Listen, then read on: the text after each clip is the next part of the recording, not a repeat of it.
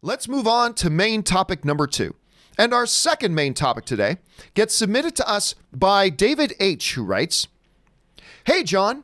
So, Mandalorian Season 2 has been confirmed for fall of 2020, and Jon Favreau has even shown a tease in that Gammorean will appear in Season 2. Many are speculating that a Hutt may make an appearance as well. What do you think we will see in Season 2, and what do you hope to see? Thank you." All right. Thanks a lot for sending that in, man. And listen, I put up on my Twitter, for any of you who might follow me on social media, I put up on my Twitter yesterday because it hit me. I was sitting at a birthday party last night and it just hit me how much I already miss Mandalorian. And I tweeted out, I'm already in Mandalorian withdrawal and I want it back again. Now, for those of you who were saying, what is he talking about? Gammorean, whatever. So Jon Favreau hopped on his social media and put out the following image. He said, Season 2 of The Mandalorian coming fall, with this amazing image of what is clearly a Gammorean, a race we met, of course, in Return of the Jedi. They served as Jabba's guards, so I'm sure they're an entire race. There's more of them in the universe. And it looks like Jon Favreau is going to go back and start drawing on that a little bit, and we're going to get a little bit of a Gammorean flavor in it. And I'll tell you what, I love this image. And the idea, look, if they can take Creel and make an Ugnaught character. If they can make an Ugnaught one of the most beloved characters of the entire season, then I am completely, it's like, a Gammorean? Absolutely. You can absolutely take a Gammorean at that point then and do a story about him. Now, as far as where does The Mandalorian Season 2 go? I mean, obviously, without giving away a spoiler, for those of you who may not know, the final shot of Mandalorian Season 1, I think, gives us a little bit of an inkling about where Season 2 is going. I think that's going to play a part. But you were specifically asking about Hutts. And I'll tell you what, no insider information, I do believe we're going to get the presence of the Hutts, because the Hutts are a very predominant figure in all of Star Wars lore, from the movies, the animation, the novels, and even in Mandalorian Season 1, if you had subtitles on for the show, you notice that a lot of times, Rob, they would be talking in Huttese. They'd be speaking the language of the Hutts, and they would go out of their way to say it. So even in Mandalorian Season 1, they seem to give us a little bit of a hint that the Hutts are a major influence around here, because we had their language being spoken by a lot of people. I think all those combined, Rob, create a little bit of a scenario here where I think, I think it is very possible. I might even be willing to put $1, Rob. I might even be willing to put one shiny dollar. You'd buy that for $1? I'd buy that for $1, that Hutts are going to be a part of it. And obviously, again, without going into spoilers, that last shot of Season 1 is clearly also an indicator of what a main story is going to be in Season 2. But I absolutely think the Hutts are going to be part of it. That would explain Gamorreans being in there, maybe a former slave of the Hutts. I don't know. But that's how I'm predicting. No insider information, pure fan speculation. Rob, where do you possibly see Season 2 going, and do you think the Hutts could be a significant part of that?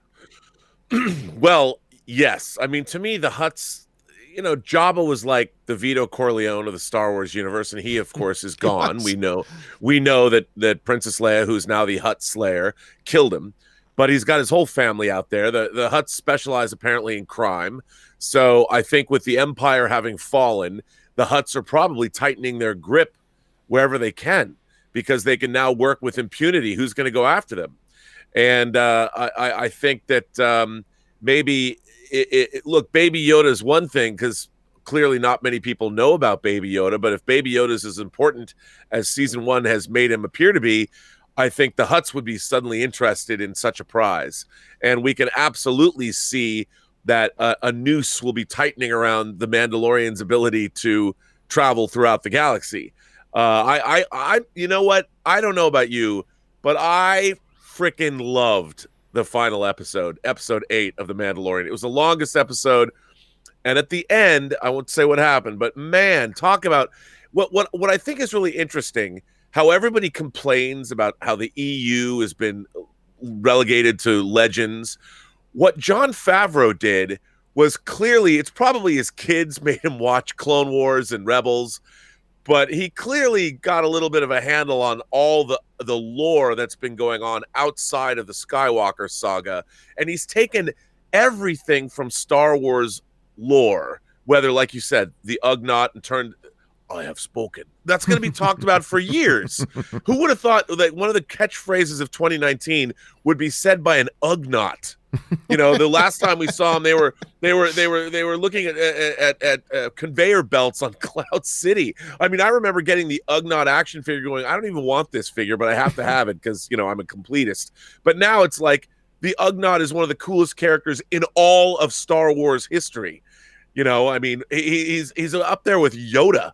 And I who knows what's going to happen next? And I think Favreau, by showing us a Gammorean guard, he's showing, one, that he really, really loves Star Wars. And he also really loves taking the lore and exploding it and showing us things that we didn't even know we wanted. But when we see them, we immediately fall in love. And that's what I want from a creator who's working on a franchise property. I think that's the great thing about The Mandalorian is it's truly a movie that has it's a series that has really no ties to the main Star Wars universe, yet it is a show that celebrated everything we love about Star Wars. And you can't not watch an episode of that show, even though we complain that certain episodes weren't as good as others. But dude, do you not leave every episode when they start showing those production paintings at the end of the credits? Don't you have the biggest smile on your face? Aren't you left with the feeling that Star Wars rules? Well, listen, Mandalorian to me, and I don't mean this topic to go off into a whole Mandalorian, the value of it and everything. But the thing about it is the Mandalorian fulfills the promise of what I've been calling for and complaining about in the Star Wars universe for years. Now, I'm a diehard, Star Wars fan. I am a psychotic Star Wars fan. But one of the things I've been saying in the last number of years has been I'm tired of us constantly shrinking the Star Wars universe and just telling stories of things we're already familiar with. The genius of Star Wars is the sheer vastness of it, thousands of worlds, billions of characters. Start telling some other stories in this incredible universe that George Lucas created. And Mandalorian is really the very first time that they've actually started to explore that. Here we are in a new show set in the universe, but with all completely different characters telling a completely different story. And it's all in the same setting. We're in the government of the Empire has fallen, blah, blah, blah. Yeah, that's all familiar, but it's all new stories with new characters. And that's what I wanted, and that's what they delivered. So the question becomes for you guys. What do you think about this Gammorean they put up there? Maybe you didn't like it. Maybe you think that'll be cheesy. Maybe you think they will have the Hutts or they won't. I want to know what you guys think as far as where do you think Mandalorian Season 2 is going to go. Jump down to the comments section below and let us know your thoughts. I'm all about Moff Gus Fring. Gustav Fring Moff.